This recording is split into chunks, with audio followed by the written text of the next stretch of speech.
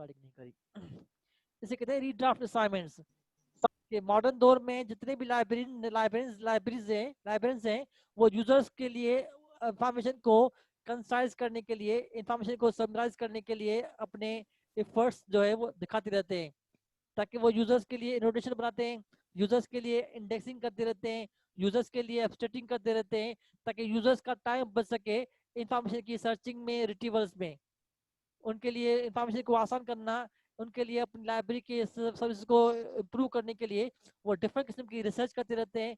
मतलब वो असाइनमेंट्स अपने रिड्राफ्ट करते रहते हैं कि उन्होंने नोटेशन बनाई, इंडेक्स बनाया, फिर उस इंडेक्स को दोबारा से उन्होंने उसमें से कोई और चीज़ बना ली। उन्होंने हर वीकली डाइजेस्ट निकाले, वीकली न्यूज लेटर्स निकाले, न्यू अराइवल्स की रिपोर्ट जनरेट की, एसडीआई की सर्विस प्रोवाइड की। तो इस किस्म की डिफरेंट किस्म की लाइब्रेरियों में आजकल की एक्टिविटी होती रहती है, ताकि वो यूजर्स को अपने आप को इन्वॉल्व करते रहे, यूजर्स को बेहतर सर्विस देने में, यूजर्स को इम्प्रूव करने में। ठीक है बेटा, क्लियर?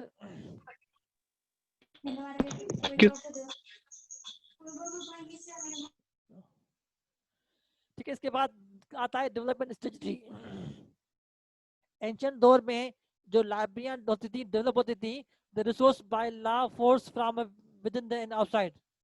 कि लाइब्रेरी को डेवलप करने के लिए रिसोर्सेज को जो है वो किसी कानून के तहत या जबरदस्ती वो लोगों से छीनते थे या अपने दूसरे इलाकों से उठाकर अपनी लाइब्रेरी में आके प्रिजर्व करते थे। कि शिवपनिपाल लाइब्रेरी में देखें, अलेक्जेंड्रा लाइब्रेरी में देखें, तो वहाँ पर लाइब्रेरी को डेवलप करने के लिए वो मुख्तलिफ इलाकों को फतेह करके वहाँ की मौजूद लिटरेचर को छीन कर लोगों से आकर अपनी लाइब्रेरी में प्रिजर्व करते थे। ठीक है, तो रिसोर्सेज को डेवलप करने के लिए लाइब्रेरी में एंशिएंट दौर में वो किसी कानून के तहत या किसी फोर्स के तहत जो है वो मटेरियल को जमा करते थे। ठीक है, तो लाइब्रेरी आसमान में डेवलप होती थी विदाउट एनी मिशन, किसी मकसद के बगैर जो है वो लाइब्रेरियां लोग डेवलप करते थे। कि लाइब्रेरियां बगैर किसी को सिर्फ का सिर्फ एक ही मकसद हुआ करता था कि लाइब्रेरी में किताबें जमा करनी है, लिटरेचर जमा करना है, ज़्यादा से ज़्यादा में किताबें जो है वो इनास करनी है। And they were without any solution, इनके पास कोई सॉल्यूशन नहीं होता था इन्फॉर्मेशन को रिट्रीव करने के लिए, यूजर्स को इन्फॉर्मेशन रिट्रीव करने के लिए कोई भी प्रॉपर तौर पर उसकी किताबों की ऑर्गेनाइजेशन नहीं हुआ करती थी। क्लासिफिकेशन सिस्टम इतना इफेक्टिव नहीं था कि यूजर्स जो है वो सेकंडों के अंदर, मिनटों के अंदर वहाँ से इन्फॉर्मेशन रिट्रीव कर सके। ठीक है, तो वो लाइब्रेरी की डेवलपमेंट के हिसाब से उनकी यही स्थिति स्ट्रेटजी एंशिएंट दौर में कि या तो वो बाय फोर्स से या बाय लॉ से किताबें जमा करती थी लाइब्रेरीज में। लाइब्रेरी का कोई किसी किसी का कोई मकसद नहीं था, बगैर मकसद की लाइब्रेरियां बनाई जाती थी सिर्फ इसी पर्पज के लिए कि किताबें, लिटरेचर को, टेबल्स को, पार्चामेंट को, पेपर्स को अपनी लाइब्रेरीज में महफूज करके रखना है, लोकेशन को डेवलप करना है। फिर ट्रेडिशनल दौर आया, तो ट्रेडिशनल दौर में अंदर लाइब्रेरी का कॉन्सेप्ट जो है डेवलपमेंट का था मोर रिसोर्सेज। कि लाइब्रेरियां फोकस करने लगी ज्यादा से ज्यादा किताबें जमा करने में, अपनी कलेक्शन को इनहांस करने में, बढ़ाने में, फ्रॉम विद इन। ठीक है ना, अपने रिसोर्सेज की को इस्तेमाल करते हुए, अपने बजट को इस्तेमाल करते हुए लाइब्रेरियां जो है ज्यादा से ज्यादा ये किताबें करती थी, स्टोर मैनेज करती थी। फिर लाइब्रेरियां जो है बनना शुरू हुई, डेवलप होना शुरू हुई किसी मकसद के हिसाब से, मिशन के हिसाब से। एकेडमिक लाइब्रेरीज जो है वो अपने इदारे की, अपने इंस्टीट्यूशंस के गोल्स को, अपने मिशंस को अचीव करने के लिए अपनी लाइब्रेरी को डेवलप करते थे, कलेक्शन को डेवलप करते थे। तो यही मिशन जो है लाइब्रेरीज का आने शुरू हुआ, डेवलप होना शुरू हुआ इंफॉर्मेशन जो है वो करने के लिए। ठीक है, they are develop on the basis of ready solution. ठीक है, तो फिर उन्होंने सॉल्यूशंस जो है बनाने शुरू कर दिए यूजर्स के लिए। कि उन्होंने यूजर्स के लिए कैटलॉगिंग सिस्टम बनाया, यूजर्स के लिए क्लासिफिकेशन सिस्टम्स बनाए, यूजर्स के लिए बिब्लियोग्राफिकल सिस्टम बनाया, यूजर्स के लिए इंडेक्सिंग सिस्टम बनाया, ताकि यूजर्स को आसानी हो इंफॉर्मेशन रिट्रीव करने में, या लाइब्रेरी को डेवलप करने में, या लाइब्रेरी के कलेक्शन को हिसाब करने में हिसाब से। ठीक है, इसके बाद डिजिटल दौर आया, तो डिजिटल दौर के अंदर लाइब्रेरी की डेवलपमेंट स्ट्रेटजी जो है वो तब्दील होकर कोऑपरेशन भी आ गई। लाइब्रेरियों के अंदर रिसोर्स शेयरिंग का कॉन्सेप्ट आया, लाइब्रेरियों ने एक दूसरे के साथ ताउन करना शुरू कर दिया, एक दूसरे की रिसोर्सेज को आपस में एक्सचेंज करना शुरू कर दिया, ताकि यूजर्स को ज़्यादा से ज़्यादा इंफॉर्मेशन का एक्सेस मिल सके। लाइब्रेरी को डेवलप करने के लिए डायलॉग्स का कॉन्सेप्ट आया कि लोगों ने डायलॉग्स के ज़रिए, मीटिंग के ज़रिए, ये किस्म के वर्कशॉप्स के ज़रिए, डिफरेंट किस्म के कॉन्फ्रेंसेस के जरिए किसी भी प्रॉब्लम को सॉल्व करने के लिए ये किसी के बाद ट्रेंड जो है आना शुरू हुआ। ठीक है, तो ये क्या होता है डायलॉग का कॉन्सेप्ट, कि किसी भी प्रॉब्लम को किसी भी सिचुएशन को सॉल्व करने के लिए ये दुनिया में डिफरेंट किस्म के डायलॉग्स होते हैं, डिफरेंट किस्म के सिम्पोजियम्स होते हैं, कॉन्फ्रेंसेस होती हैं, जो किसी भी रिसर्च के प्रॉब्लम को या किसी भी इदारे की प्रॉब्लम को सॉल्व करने के लिए कंडक्ट की जाती हैं। ठीक है, तो एंड देन मॉडर्न दौर में लाइब्रेरियां जो है दे आर क्रिएटिंग सॉल्यूशंस, के यूजर्स से के पूछने से पहले यूजर्स की प्रॉब्लम्स को आइडेंटिफाई करती हैं और उनके लिए सॉल्यूशन डेवलप करती रहती है, ताकि यूजर्स को जो है किसी किस्म की मुश्किलात ना आ सके। ठीक है बेटा, क्लियर? तो लाइब्रेरी की डेवलपमेंट की स्ट्रेटजी के हिसाब से लाइब्रेरियां जो है वो इस तरीके से जो है वो चेंज हुई अपने स्ट्रेटजी को डेवलप करने में, यूज करने में। कि पहले दो के लाइब्रेरियां डेवलप होती थी किसी फोर्स के हिसाब से या किसी भाषा के हिसाब से, लोग जबरदस्ती लाइब्रेरियों में किताबें जमा करते थे। फिर कॉन्सेप्ट आया कि लाइब्रेरी के अंदर ज़्यादा से ज़्यादा किताबें जमा करनी है, स्टोर करनी है विद एनी मिशन। फिर लाइब्रेरियाँ जो है डेवलप होना शुरू होती हैं आजकल कोऑपरेशंस में। जितनी आजकल के दौर में जो लाइब्रेरियाँ ज़्यादा लाइब्रेरियों के साथ ताल्लुकात रखती हैं, कोऑपरेशन करती है, वही लाइब्रेरियों के पास ज़्यादा इंफॉर्मेशन होती है या यूज़ करती है। ठीक है, इसके बाद कंपिटेंसी के हिसाब से, काबिलियत के हिसाब से, पहले के दौर की लाइब्रेरियाँ सिर्फ किताबों को मैनेज करने के लिए, लिटरेचर को मैनेज करने के लिए उनकी लिस्टें बनाते थी, कि टेबलेट की लिस्ट बना ली, पार्चामेंट की लिस्ट बना ली, ताकि उनकी आसानी हो रिट्रीवर्स में। कि ओकेजनली कभी कभी जो है वो लिस्टें रिट्रीव होती थी, फिलोसॉफिकल थिंकिंग होती थी किताबों को रिट्रीव करने के लिए। देवर साइलेंट डेटा हाउसेस के किस्म के होते थे, डेटा हाउसेस जो इंफॉर्मेशन को मैनेज करने के लिए, कॉम्पिटेंसी दिखाने के लिए। ठीक है, तो पेंशन दौर की लाइब्रेरीज की कॉम्पिटेंसी यही थी कि सिर्फ वो लिस्टें बनाते थे किताबों को सॉर्ट करने के लिए, अरेंज करने के लिए। फिर दौर आया ट्रेडिशनल दौर का, तो फिर लाइब्रेरियों ने कार्ड्स बनाने शुरू कर दिए, कि लाइब्रेरियों ने कैटलॉग कार्ड्स बनाए जो आसानी और रूटीन में। फिर लाइब्रेरियां जो है रूटीन के अंदर आ गई, कि जब लाइब्रेरी में कभी कभी काम होता था, फिर लाइब्रेरियों के अंदर एक किस्म की रूटीन बनना शुरू हुई कामों की, कि रोजाना काम करना है दिन में। ठीक है, लाइब्रेरी को डेवलप करने के लिए फिर फिलोसॉफिकल थिंकिंग थी, फिर टेक्स्ट आए, मतलब एक्सपर्टीज आई, टेक्स्ट आई, ताकि उनकी हिसाब से लाइब्रेरियां जो है वो डेवलप हो सके। And then library change into the filer system में, फिर लाइब्रेरियों ने अपनी फाइलिंग सिस्टम इंट्रोड्यूस कराई इंफॉर्मेशन को प्रिजर्व करने के लिए, अपने रिकॉर्ड्स को मेंटेन करने के लिए। And they are called silent knowledge house, के डेटा हाउस में से वो तब्दील होकर साइलेंट नॉलेज हाउस में होके कन्वर्ट हो गए। ठीक है बेटा, क्लियर? आवाज आ रही है सबको बेटा?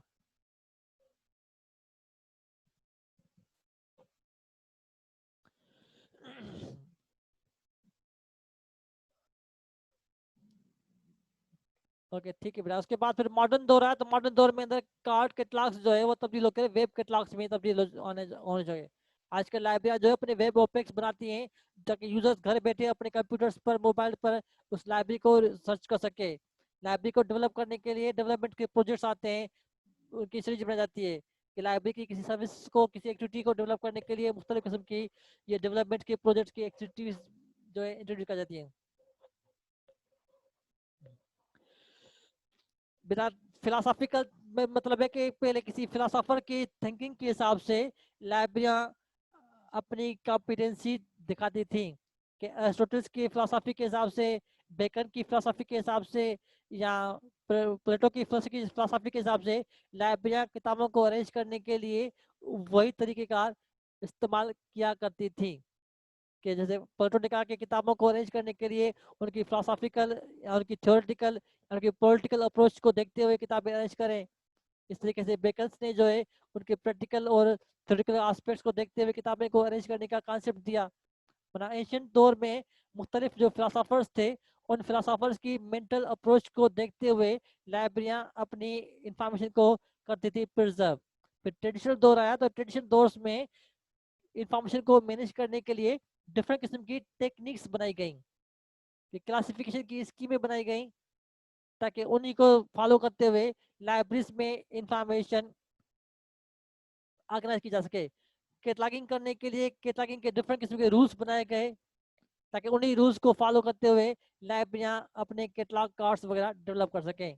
बिब्लियोग्राफीज बनाने के लिए बिब्लियोग्राफी के रूल्स बनाए गए, बिब्लियोग्राफी को डिस्क्राइब करने के लिए इंटरनेशनल रूल्स बनाए गए। तो मतलब लाइब्रेरीज के अंदर इंफॉर्मेशन को मैनेज करने के लिए ये डिफरेंट किस्म की टेक्निक्स बनाई गई, मेथड्स बनाए गए, प्रोसीजर्स बनाए गए, स्टैंडर्ड्स बनाए गए, रूल्स बनाए गए, ताकि इन्हीं रूल्स को फॉलो करते हुए लाइब्रेरियां अपने अंदर इंफॉर्मेशन को ऑर्गेनाइज कर सकें, मैनेज कर सकें।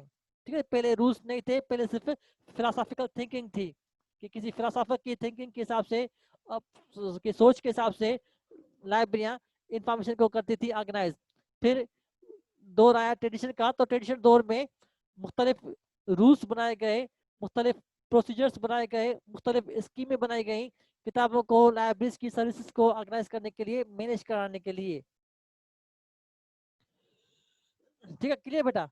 उसके बाद आप कह रहे हैं कि ओकेजनल, ओकेजनल मतलब है कि लाइब्रेरियां कभी कभी जो है हरकत में आती थी किताबों को ऑर्गेनाइज करने के लिए, मैनेज करने के लिए, कि उस लाइब्रेरी में कभी कभी कोई किताब पढ़ने के लिए लोग आ जाता था, कभी कोई किताब आती थी सालों के बाद, हफ्तों के बाद, महीनों के बाद, तो फिर लाइब्रेरियां जो है काम करना स्टार्ट करती थी। उसको कहते हैं ओकेजनल। ओकेजनल मतलब कभी किसी वक्त में कि किसी बादशाह ने कोई इलाका फतेह किया, तो वहां से जो मटेरियल मिला तो वो आके लाइब्रेरी में प्रिजर्व किया, तो तभी लाइब्रेरियां जो है अपनी काम करना करती थी स्टार्ट। लेकिन अदरवाइज लाइब्रेरियां जो है बिल्कुल ऐसी खामोश होती थी, लाइब्रेरियन के स्टाफ वगैरह ऐसे ही बिल्कुल स्टेटिक बिठा होते थे। ठीक है ना? साइलेंट हाउस मतलब है कि खामोश, मतलब वहां पर कोई किसी किस्म की हरकत नहीं थी। कभी कभार कोई आता था यूजर्स लाइब्रेरी में पढ़ने के लिए, यूज करने के लिए। नमाज 2 बजे भी होती है, 2:30 भी होती है, 1:30 बजे भी होती है, जरूरी नहीं है नमाज आप 1 बजे पढ़ो।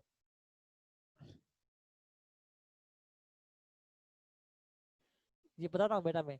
ठीक है, फिर मॉडर्न दौर आता, मॉडर्न दौर में लाइब्रेरीज को की कॉम्पिटेंसी जो है वो जाहिर होना शुरू हुई लाइब्रेरी के ओपेक्स से। लाइब्रेरीज ने अपने अपनी वेबसाइट्स बनाना शुरू कर दी, अपने इंटरनेट के जरिए अपनी सर्विसेज यूजर्स को देना शुरू कर दी। उनको डेवलप करने के लिए डिफरेंट किस्म के स्ट्रेटजीज के प्रोजेक्ट्स आना शुरू हुए, ताकि लाइब्रेरी में और इंफॉर्मेशन के स्टेजेस आना शुरू हुए लाइब्रेरीज के अंदर इंफॉर्मेशन को मैनेज करने के लिए, सिस्टम को डेवलप करने के लिए। कि आजकल मुख्तलिफ किस्म के सॉफ्टवेयर्स आते हैं, मुख्तलिफ किस्म के प्रोग्राम्स आते हैं जो लाइब्रेरी के अंदर एक्टिविटीज़ को कंप्यूटराइज करने के लिए, डिजिटलाइज करने के लिए लाइब्रेरीज की हेल्प करती हैं, कॉम्पिटेंसी को जज करती हैं। उसके बाद पेडोलॉजिकल इंस्ट्रक्शंस लाइब्रेरी में आना शुरू हुई कि आजकल के दौर के हिसाब से यूजर्स को पढ़ाने के लिए, यूजर्स को एजुकेशन कर देने के लिए, यूजर्स को लाइब्रेरी की सर्विस के बारे में बताने के लिए यूजर्स को जो है वो ये पेडोलॉजिकल इंस्ट्रक्शंस दी जाती हैं, सर्विस जाती हैं। कि आजकल के दौर में लाइब्रेरियों को इंफॉर्मेशन लिटरेसी जाती है कि किस तरीके से लाइब्रेरीज में मौजूद इंफॉर्मेशन को सर्च कर सकें, किस तरीके से लाइब्रेरीज में कैटलॉग को इस्तेमाल करें, किस तरीके से लाइब्रेरी की सर्विस को इस्तेमाल करें।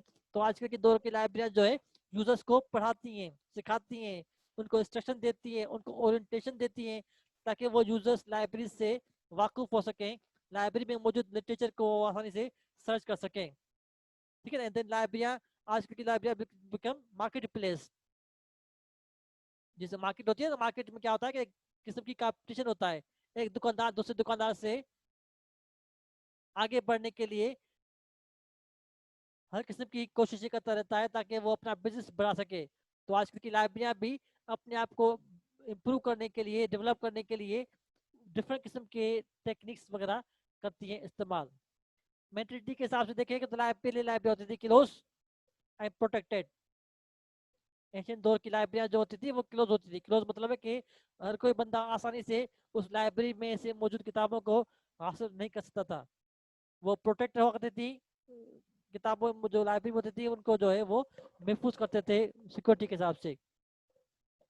ट्रेडिशनल दौर के अंदर भी लाइब्रेरियां जो है वो क्लोज बना शुरू हुई, किताबों को शेल्फ में, अलमारियों में, बिल्डिंग्स में, रूम्स में स्टोर करना जाने लगा। They are hesitancy in the library, कि लाइब्रेरियन जो है किताबें यूजर्स को देने के लिए हेजिटेंसी करता था महसूस। दे हैव थ्रेड्स, थ्रेड्स मतलब कि लाइब्रेरियन को डर था किताबों की चोरी होने का, प्लेजरिज्म का, पायरेसी का, डिफरेंट किस्म के ऐसे किस्म के थ्रेड्स लाइब्रेरियन को आना शुरू हुए ताकि किताबों को कर सके। And they are always playing for its for safe, वो हमेशा किताबों को, लिटरेचर को महफूज रखने के लिए डिफरेंट किस्म की करते थे, एक्टिविटी करते थे। एंड इंस्टीट्यूशनल एजुकेशनल आइडियल्स वो इदारों के लिए ही होती थी। And they are arrogance, arrogance मतलब है कि वो ज्यादा जो है अपने आप को करते थे, उसका करते थे। एंड देन मेंटलिटी मॉडर्न दौर के हिसाब से लाइब्रेरी, आजकल की लाइब्रेरी ओपन होती हैं, they always take initiatives for providing services and they give mental possibilities, risk taking and learning process and humility। ये सारी लाइब्रेरियों की आजकल की मेंटलिटी है, मॉडर्न दौर की लाइब्रेरियाँ। वो हमेशा इनिशिएटिव लेती रहती हैं यूजर्स को सर्विस देने में, मटेरियल देने में, मटेरियल प्रोवाइड करने में। They always create possibilities for users, वो रिस्क लेती रहती है लाइब्रेरियाँ।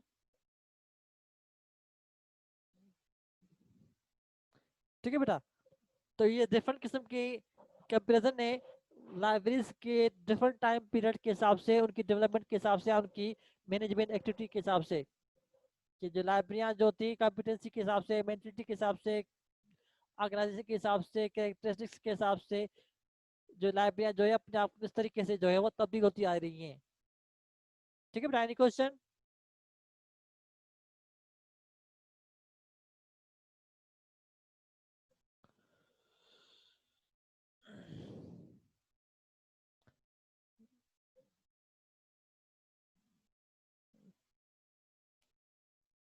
जी बेटा, एनी क्वेश्चन? सर अस्सलाम वालेकुम।